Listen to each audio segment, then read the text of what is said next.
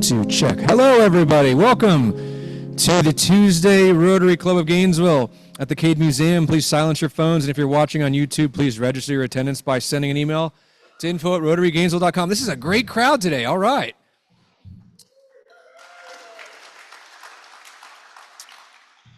We didn't ask him in advance, but we know we can always count on Mr. Tom Collette to do the pledge and the song. Tom, please, would you join us?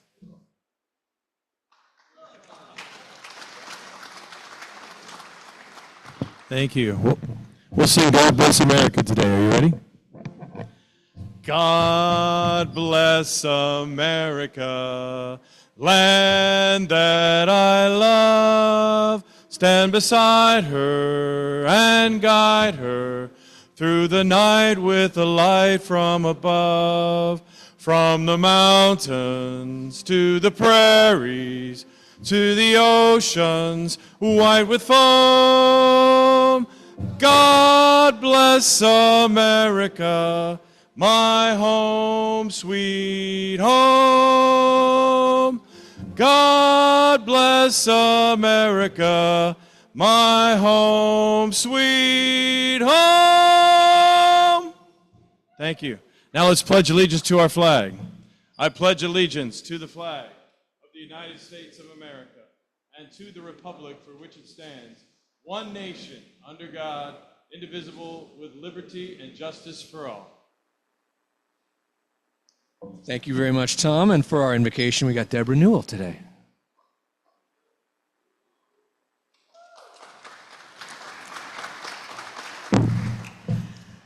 Well, I'm honored to be with you here today to give the invocation. Lori and his bride are out and about and visiting family after doing a boat race this weekend. So let's pray. Gracious Creator, we thank you for the rain and sunshine, for protection from hurricane damage, from safety of our loved ones who live both near and far. We thank you for strength and purpose of our first responders for their health and safety also. We ask you for your favor and healing touch to bring health and comfort to our members who are struggling in the economic environment and or battling physical or mental health issues. We ask that you give us both the micro and macro perspective on issues that Rotary can have a positive impact on here at home, statewide, nationally, and internationally.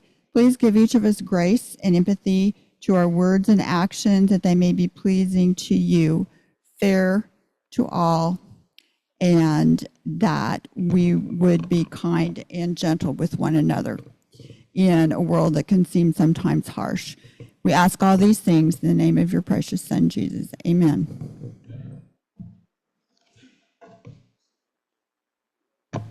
I think I see a lot of guests. So if you're a guest or a visiting Rotarian, please stay standing while we pass the mic around so that you can be introduced.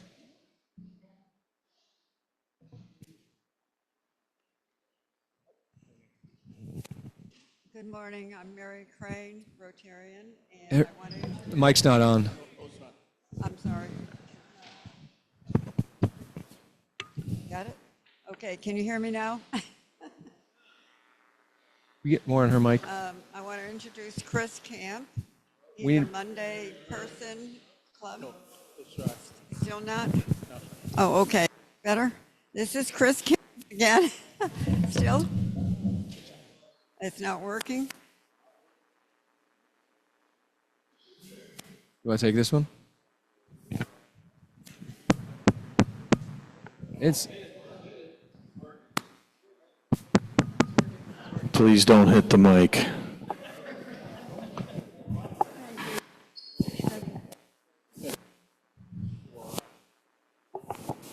Good morning again. I'm sorry. This one works just fine.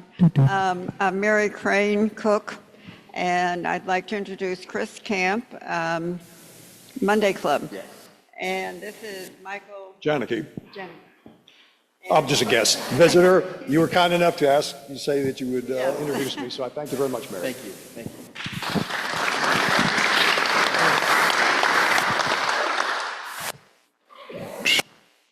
Hi, my name is Bill. Did it go away?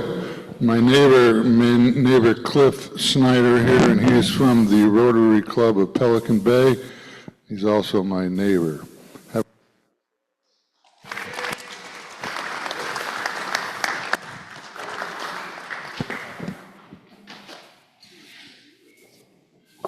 Good afternoon, fellow Rotarians. Dwight here. I'm here to introduce my guest, Jason Hill. Jason is the headmaster of Holy Trinity Episcopal School right down the road. Been there for many years, and he's interested in Rotary, and it's great to have him. Just to put in a plug for Holy Trinity School, if you know any little ones looking for preschool or daycare, they have a few spots open down there. And it's a phenomenal school, as you know, great reputation. Been around for many, many years. So please welcome Jason. Thank you.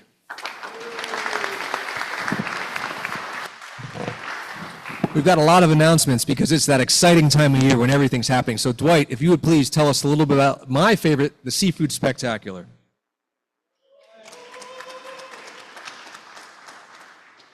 I will be quick. Everybody, you've got flyers on your table. Seafood Spectacular, first Thursday in November. Get your tickets.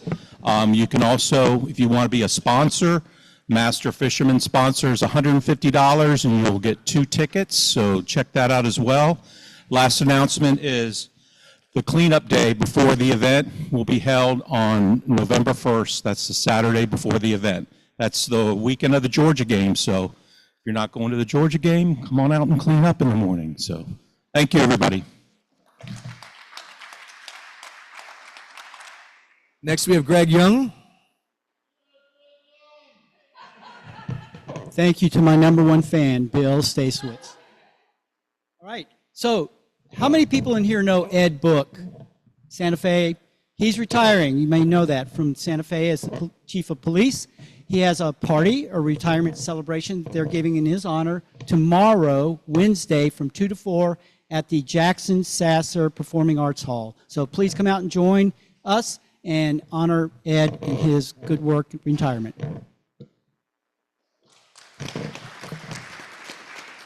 Our guest, Chris Camps, has an announcement from the Monday Rotary Club. His son is a phenomenal drummer.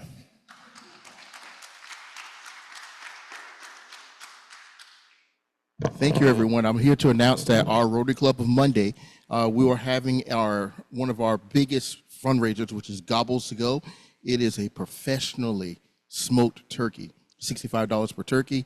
I will have flyers up that I can give out. The last day to order is going to be the 19th, and the pickup is on the 25th and the 26th of November. So that's the 19th of November. Come, it's a wonderful turkey, and it goes to our kitty to try to do all the wonderful things that we here at Rotary Club like to do. Thank you. And one more sidebar also is that we are moving our location. We're currently at the Hyatt, which is right around the corner. This Monday will be our last meeting there. As you know, we won't have any meeting on the 13th because of the holiday. And our next meeting will be at the Hilton Garden Inn right across from Sam's. And our meetings are every Monday, when there's not a holiday, at 6 p.m. So we'd love to have you guys come by as a guest. Yes, sir. It's better.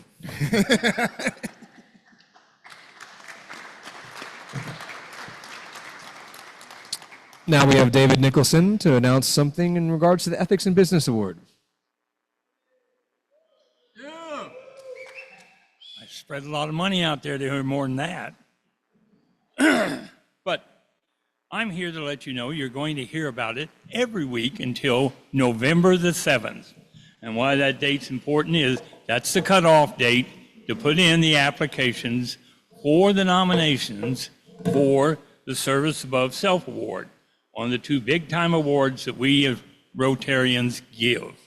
I want to emphasize that if you have put in an application last year or previous years and that person was not the recipient, do not be discouraged. Reapply. You can put it in every year.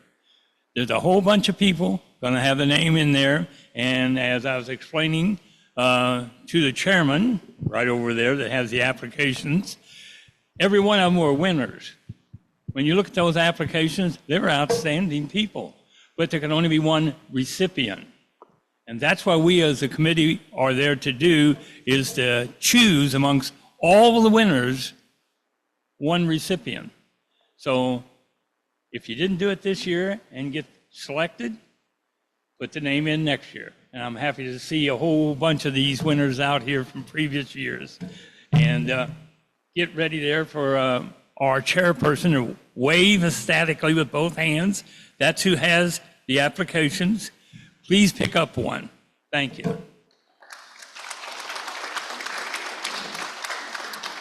Now we have a craft talk. Is Colin Burrows here? I don't know if I saw him. Oh, here he comes. There he is. Oh, I'm being given the, hold on 1 second. Okay, so I said ethics in business, so I was right and he was wrong, is what you're saying? Okay, cool. So Dr. Burrows is going to introduce Gary Ellison.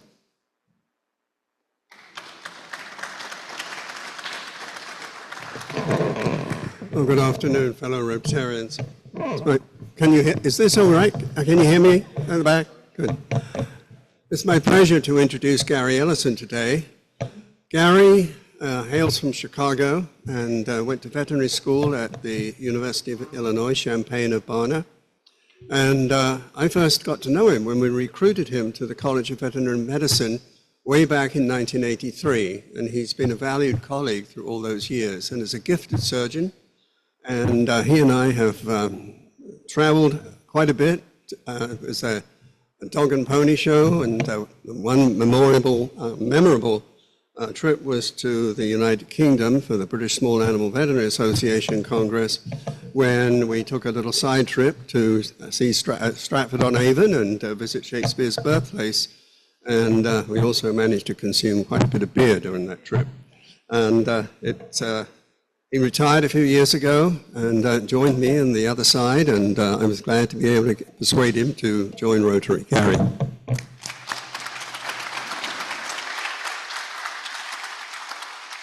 Well, thanks, Colin. What he didn't mention is I lost my voice during that trip. So it was like a frog. And as Colin mentioned, I did grow up on the south side of Chicago, interestingly about 5 miles from where the current Pope grew up. I'm not Catholic, but that's an interesting thing. Mom and Dad were both cheeseheads, so I had about 30 cousins, uncles, and aunts, all from Wisconsin. And family reunions were fun, except those were the Lombardi years, and I was a Bears fan. So those weren't a lot of fun. Anyway, the job at UF was great. We came in '83. Great friendships and international, and chance to work with gifted students and residents. Wouldn't have traded it for anything. I brought my beautiful wife with 50 years. We just celebrated our 50th back in May. We had 5 children, all 5 educated here in Alachua County, Littlewood, Westwood, Gainesville High, Buholtz, and dual enrollment. 4 of the 5 are Gator grads, so that's kind of neat. When I wasn't working, I tried to get involved with community service. I coached basketball over at the girls' club with the girls. 3 have made their high school teams. I don't think it was for me. They were tall.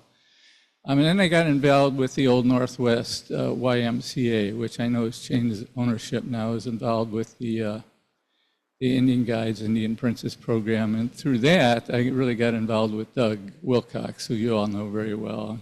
We had a wingdinger of a tribe. It was a lot of fun, camping. And as far as personal interest, I like everything outdoors, love animals, of course. My wife tells me I'm a lot better with animals than people, but I try.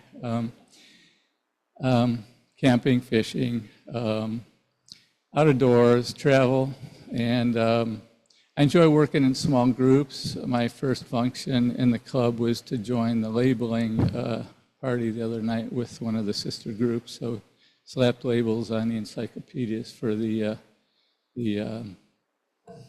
local schools here in Alachua County. So thanks for having me. It's great to be a member of the club.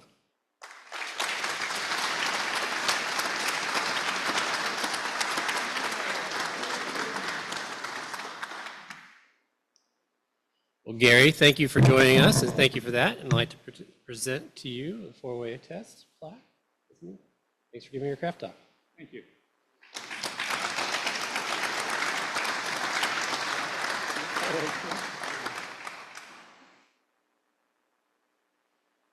And if I could have Jay join us up here on the dais.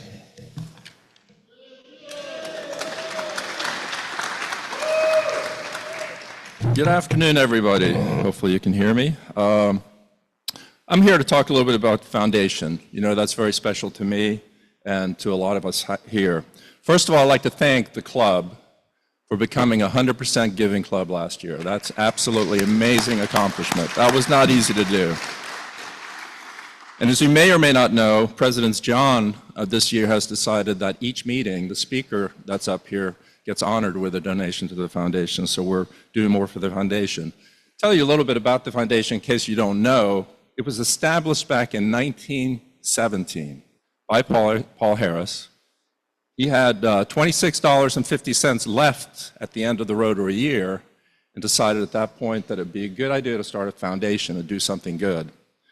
So that's over 100 years ago, and right now we're over a $2 billion endowment, if you can imagine that. We are a 4-star Charity Navigator rated organization. We've had that rating for over 15 years. You know, so what does the endowment do? Global grants, district grants. Polio Plus is something huge that we've done over the years. That was started back in 1985, so that's 40 years. The anniversary is this year. In fact, October 24th is World Polio Day. Last year, we were down to 20 cases in 2 countries. And of course, our goal is to rid the world of the disease. Some of the other global grants that you're familiar with, of course, our own Sustainable Cambodia. And you may be familiar with Jacob's initiative now that he's doing for the Sudan Health Initiative. So what I would challenge each and every one of you is if you have a passion, you have something that you want to do, look at the district and global grants as an opportunity to help.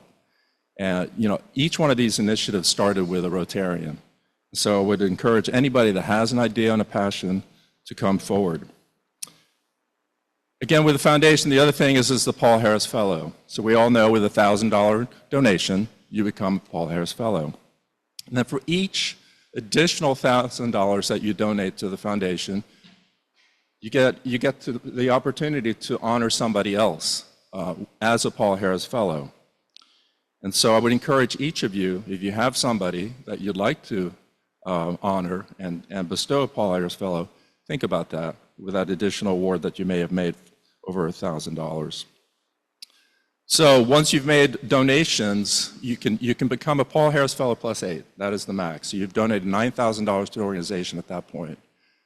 Now we have a lot of Rotarians in our club and throughout the world that are bigger donators than that. And one of our champions is Ben Campen. Ben has been a champion and continues to be a supporter of the Rotary Foundation. He is a major donor, which means that he's donated at least $10,000 to the organization. And so with that, I'd like for Ben to come up and share some of his remarks related to the foundation. So please welcome Ben up here to talk about.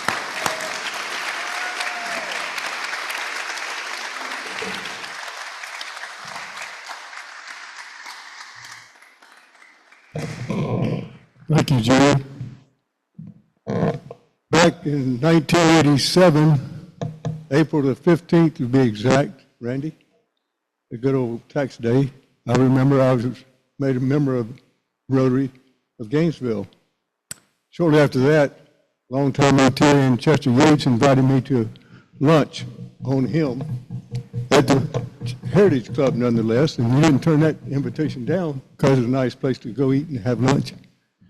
And he impressed on me the importance of me considering becoming a Paul Harris Fellow and what it meant to be supportive of that effort. So I joined that, I signed up, and then I started contributing some so I could make family members of mine and friends Paul Harris Fellows. Over the years, my mother, my sister, my brothers, my son and daughter, and different ones of family members I've made Paul Harris Fellows, and I've enjoyed that opportunity to do that. And again, I have an opportunity to name someone,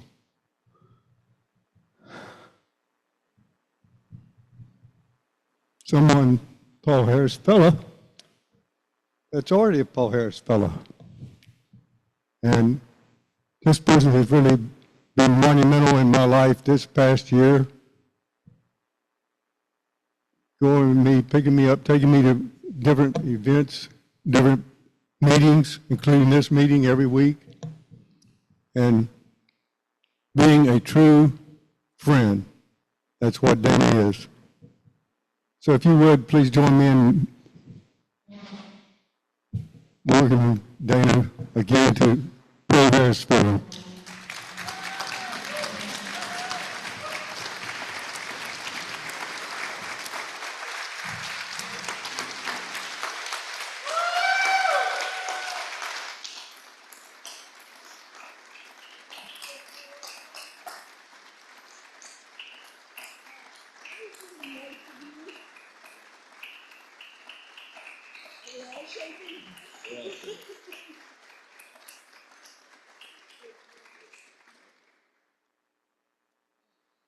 And on top of everything, tomorrow is her birthday. It's her 39th. That's what she told me anyway. I'm going with that. She practices the four-way test.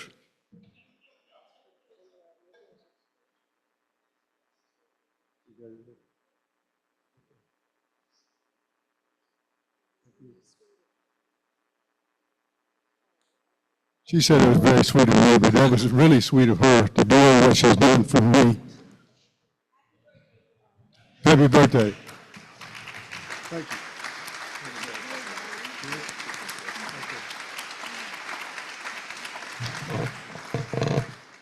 Sorry, guys. That was a little unexpected. Couple things. You all as a group are an amazing group. Sorry, I got so emotional. And it's been a big part of my life, and I appreciate that. And Haas and I were just having some conversations about that. Ben, on the other hand, many people know or don't know, Ben has been my mentor for a very, very long time. Very, very long time. He hangs my real estate license and has for 20 years. I'm not exactly the top producer. And he has always been there and helped me. And then I watched him help Brent. For those of you who knew Brent Williams, and you saw what Ben did for Brent. And he did it. You guys, please sit down. I'm sorry. He did it. He did it not out of obligation. He did it out of love. And it was amazing what he did. And I know how much Brent meant to all of us. And I got very lucky to get to retire very early. And I have been honored to help Ben and to be a part of helping him to continue his life in the best quality that he can. And this is really an exceptional way to say thank you, so I appreciate it. I'll leave you with one last thought. It's all about purpose. And it might not, I've watched Ben do many things for many people, whether it was in Thailand or Cambodia or here. And I've gotten to do some of that too. Go find something if you don't have that purpose. Go find it and give back to it. And it doesn't matter if it's 1 million people or if it's one person. It's very important. And I know as a Rotarian, you all have that value. So think about that. If you're not, I know many of you are doing things, but it doesn't have to be big. It can just be a ride. So thank you very much and have a wonderful day.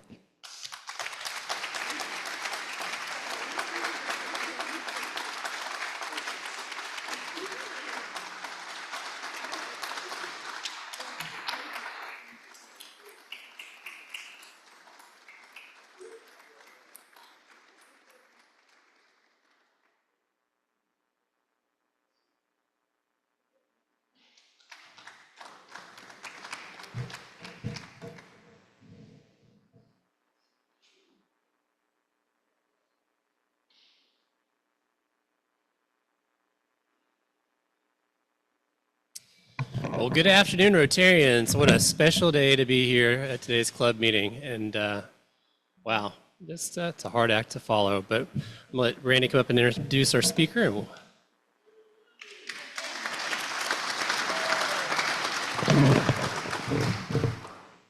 I had a beautiful introduction of Jessica Hurov, all written out, but we had much more important things to do. So I'll let her tell you more about her than I will tell you. But trust me, you're going to hear some wonderful stuff from a very special lady. Jessica.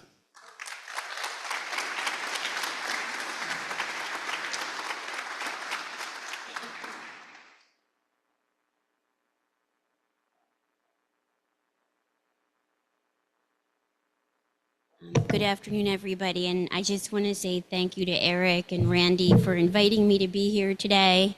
I know many of you from the community, and saw Craig and Jay and Linda and so many people that have been a part of my community here in Gainesville, and I do always feel like, you know, the expression 6 degrees of separation here in Gainesville, it's 1.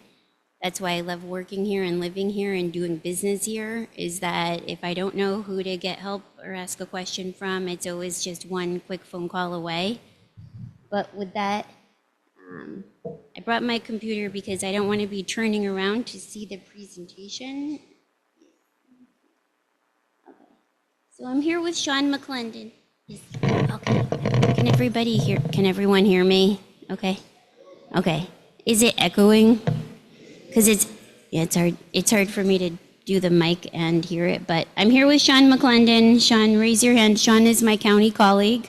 We work together in tourism and economic development. Many of you have known Sean. He's been a civil servant with the county for over 25 years. He's worked in everything from energy systems to economic development now. So with that, I brought everybody a bag. That's from when we hosted the World Masters Indoor Athletic Championship at the Alachua County Sports and Event Center last March. We had athletes from 98 countries come and compete, and we worked with the University of Florida to do an economic impact analysis of the event. And what they brought back to us is over $12 million in direct spending from the participants and their guests in Alachua County alone, and an additional $6 million in spending in the state of Florida for their continued travel they did here. So this one event that took place over the course of a week brought over $20 million of new money into our county and into the state of Florida. So I do want to share, you're among the first to know, we're actively bidding on the event for 2027. We work with our Gainesville Sports Commission on that. And so those bags that we brought today are your reminder that anyone can compete if you're over 35 years old, and you can start your training now. And I do have to say, if you didn't make it out to the Sports Event Center in March, it's incredibly inspiring. We had athletes who are in their 80s and 90s out there running on our track and throwing discus and doing all sorts of things. So the bag is your reminder. Get out there and compete. And the number one reason why people travel as Masters athletes to compete is camaraderie and for the social aspects of it. So, you know, the competition's an element, but really it's to see new places, build bridges, and meet people from all over the world. So, Brandon, how do I play this video?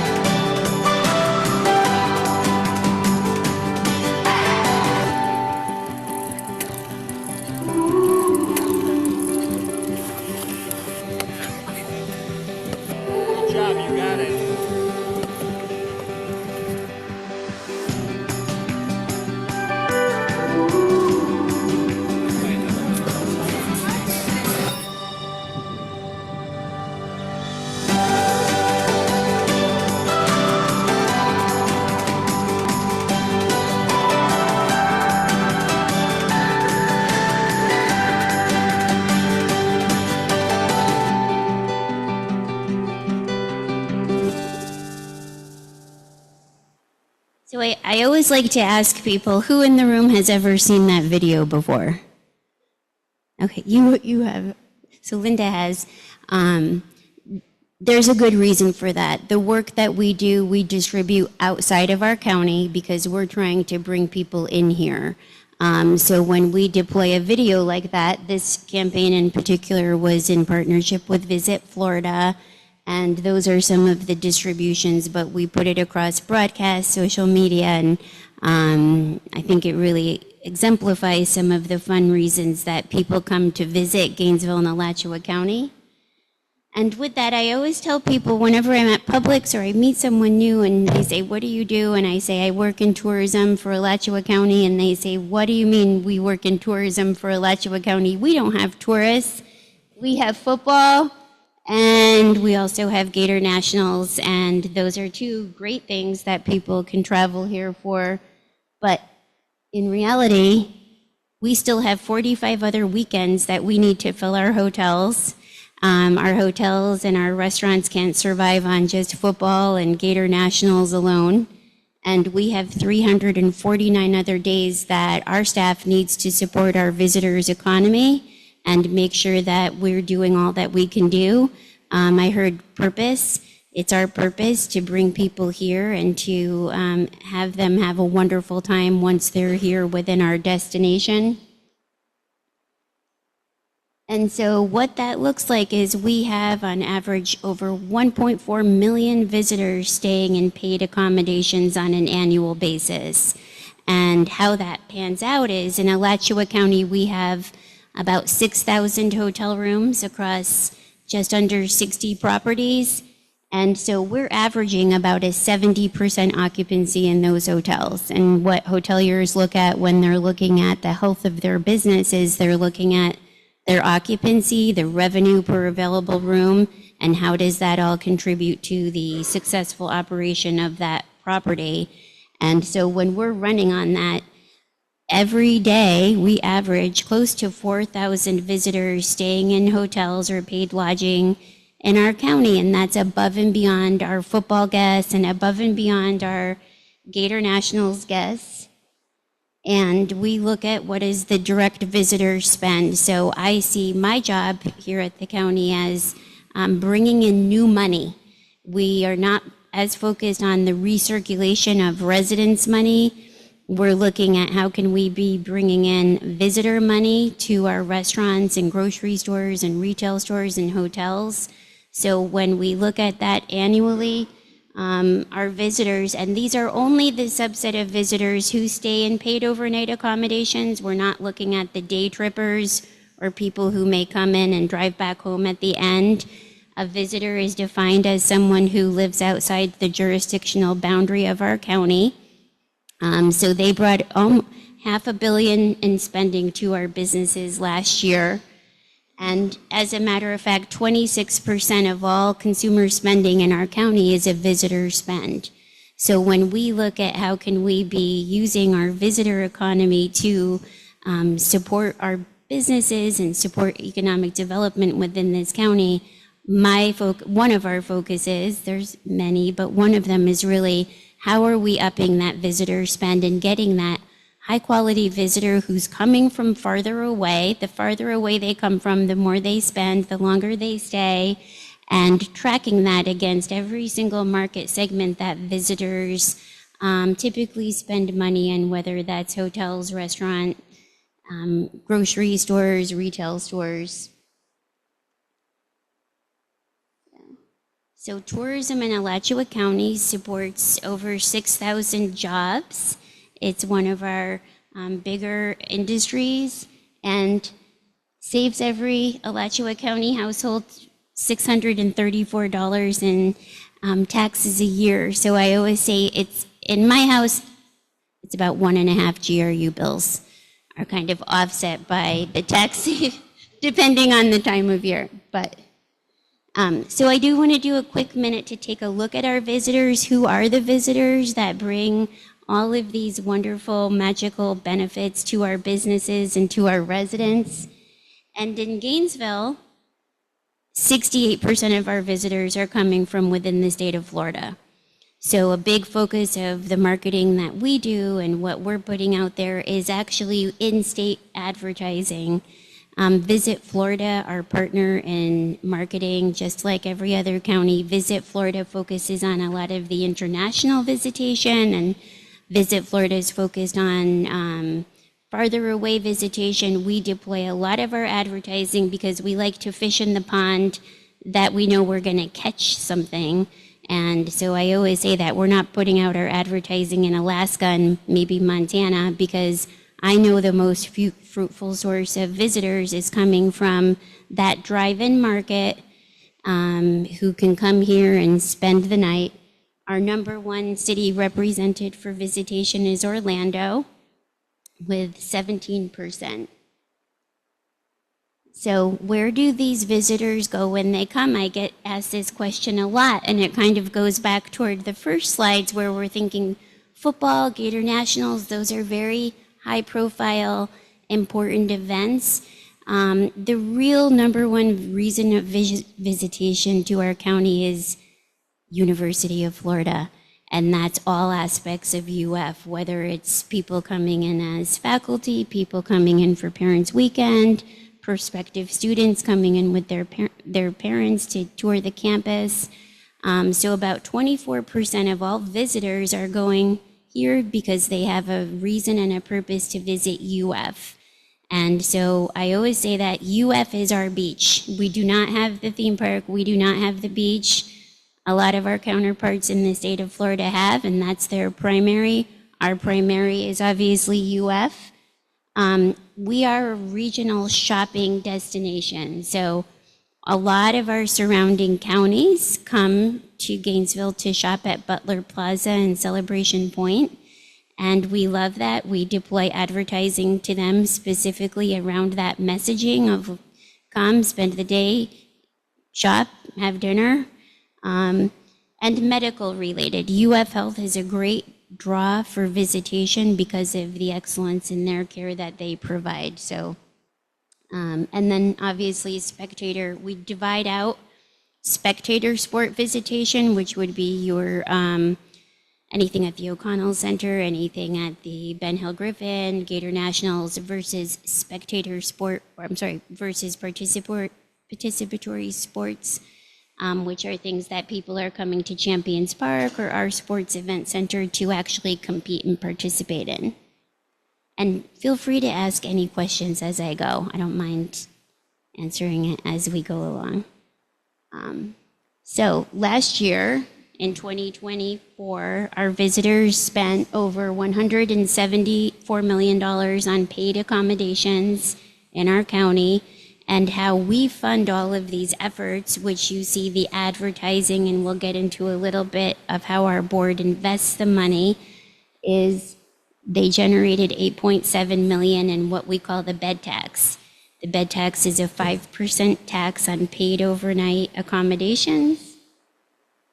And since 2017, we started here in 2018, but since 2017, lodging revenue to Alachua County has grown over 80%. So our market is growing, we're getting more visitors, and the daily rate that they're paying at those hotels is increasing so that we can be creating more tax revenue for the county. Yes. Okay. How's that? Okay. I know, sorry about that. So in Alachua County, we always talk, what is the bed tax? The bed tax is a 5% tax on any paid overnight stay. It's an addition to sales tax.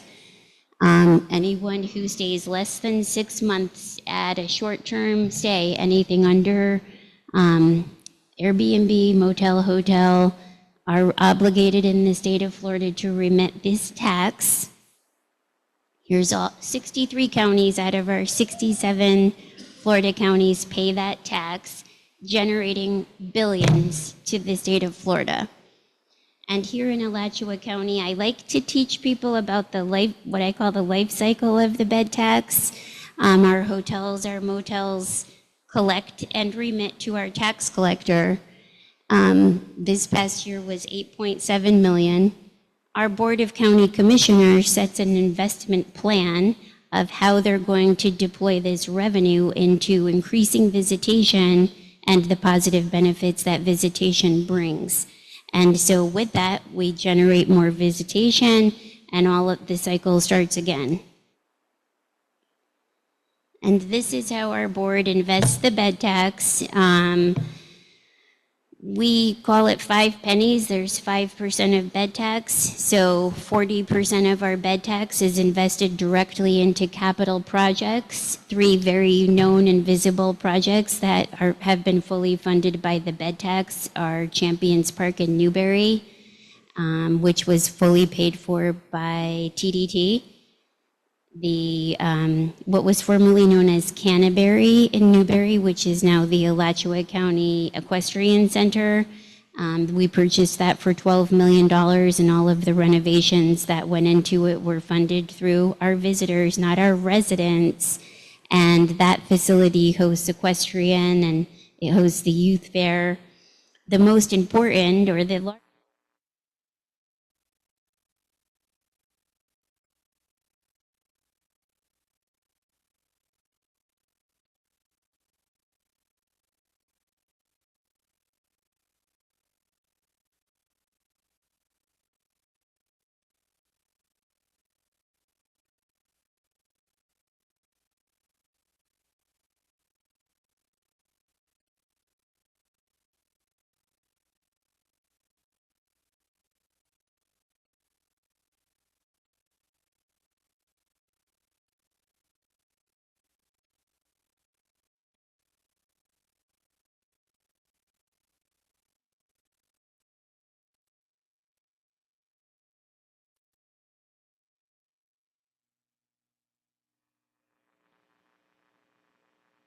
goes into these grant programs, and that's how our board is able to fund them without having a draw upon the general fund.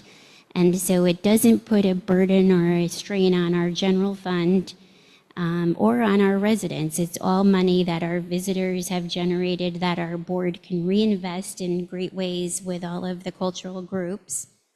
And then the remaining 40%, I see it as being split 3 ways between our staff at Visit Gainesville, our Gainesville Sports Commission, and then the marketing, the literal marketing buys that we buy for print, advertising, and radio and broadcast, and all of the ways that we have to distribute that advertising message to potential visitors.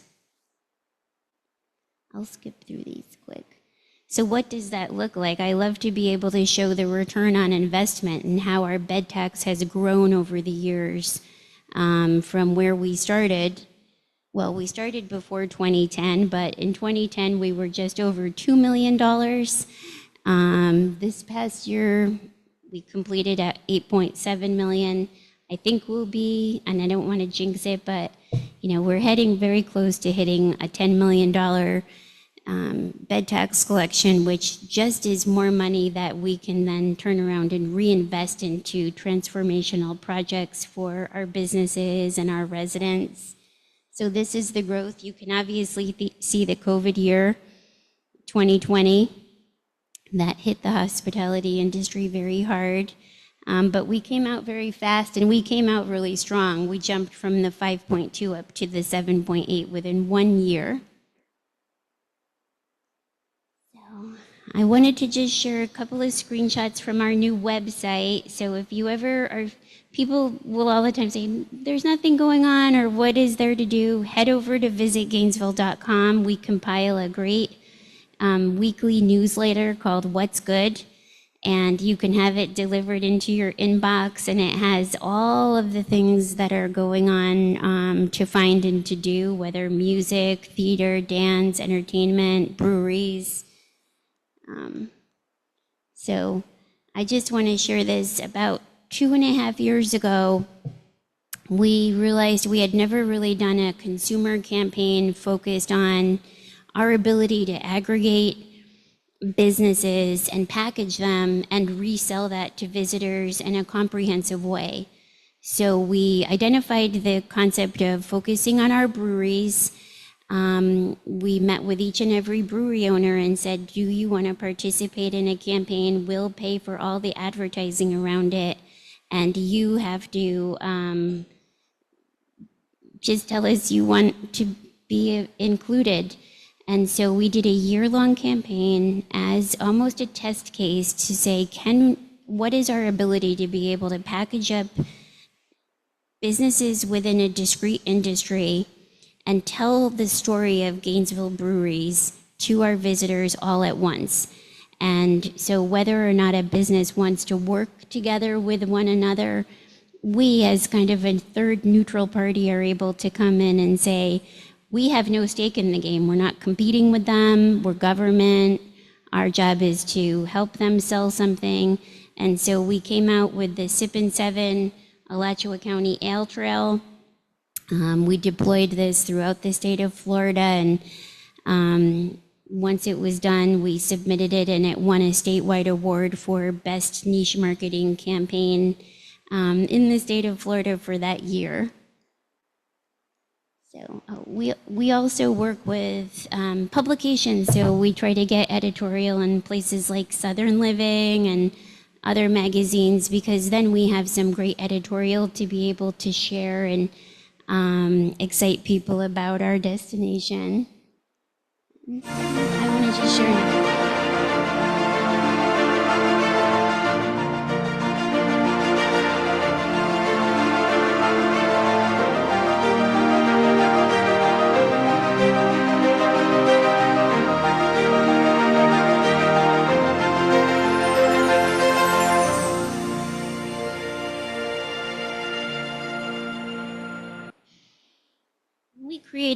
We created that video because the theme of Alachua County is where nature and culture meet. So we worked with the Harn Museum to get some of these wonderful images, and we put them together with nature photography to show how our destination is inspired not only by our beautiful natural surroundings, but also by the creative work that are generated from those. And this was our end of summer video.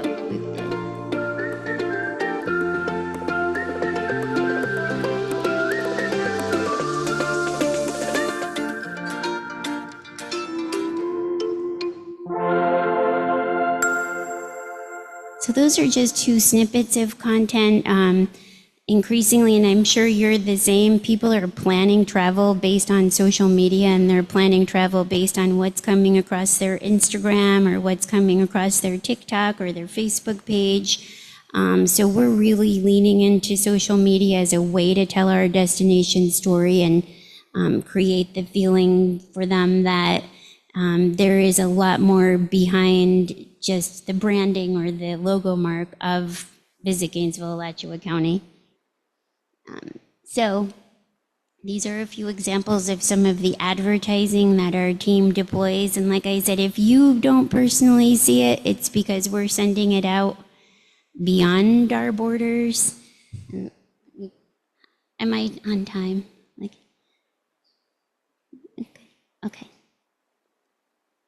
And so I wanted to grab Sean to come up and share a few things about economic development, but so come on, Sean, and yeah, we're free all afternoon, so not really, but. All right, well, maybe I'll just some summation thoughts, because what we're doing in tourism and economic development is following in the footsteps of a lot of other local governments that have seen the opportunity around placemaking and economics. You know, Florida tourism it is a big draw in the community. Anybody know off the top of their head how big of an economy Alachua County has overall? Hang out on the Federal Reserve sites, watching those indicators. Oh, this is a lot of fun. Our economy, our GDP is around $20 billion. $20 billion in Alachua County. Our nearest competitor is, of course, Marion County. You know what their GDP is? Pushing 16. They're doing pretty good. They're not bad. Very business-friendly community, but Alachua County by far is the largest economy in the surrounding sector. You have to go to Jacksonville to probably find a bigger GDP overall. And part of what we're doing and thinking about what tourism means for quality of life for our residents and what tourism means for in terms of a place you want to stay, a place where you want to talk, how we can use that to recruit industry into our community. And that's the big rethink we're going through right now and thinking about what sectors do we have a competitive advantage in? How can we realign ourselves and grow on that? What sectors lend themselves to further growth, whether it's in the agriculture or food systems area? And then how can we lean into these opportunities for visitation? Because people don't just want to go to the beach. The beach is great, but what we're seeing, we are very data focused and data centered. And Zardico was the data report that we just got over the weekend.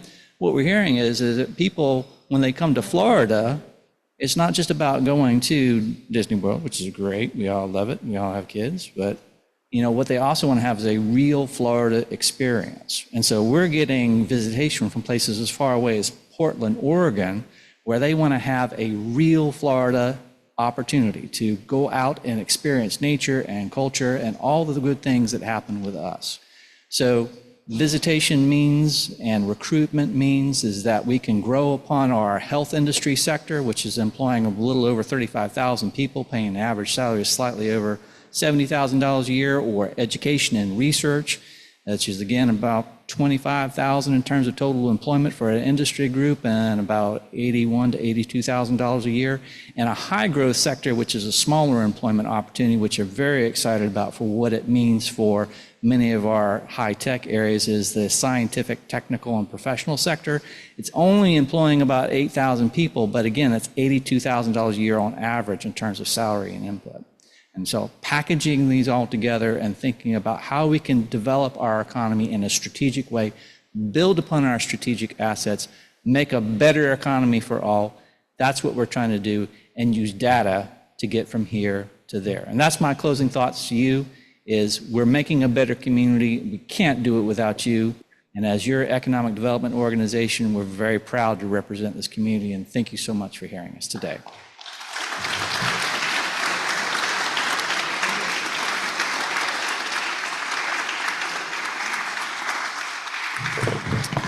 Jessica, if I could get you back up here for just a second. They're going to stick around for questions after the meeting, after we wrap up here real quick. But Jessica, as a token of our appreciation for talking with us today, we're going to make a donation to the foundation in your name. Great. Appreciate it. Man, what a special meeting. I appreciate it, all you Rotarians and guests in the room for joining us. I'm going to wrap this up really quickly. Next week, our speaker is Maestro Evans Hale on behalf of the Hippodrome. Phil, please join us and bring a guest. The quote of the week is, "The world is a book, and those who do not travel read only one page." St. Augustine. And this week's Rotary Reading Safari drawing winner is 137. And we are adjourned. And Jessica and Sean will be here to answer any questions. You guys have any?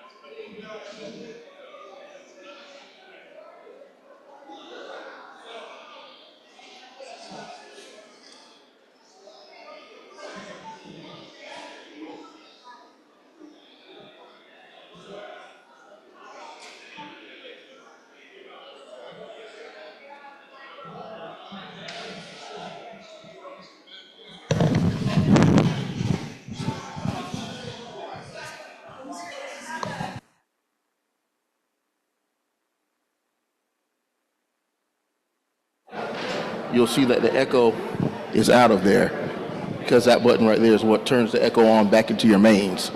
All right, so now the echo's out of there. You're going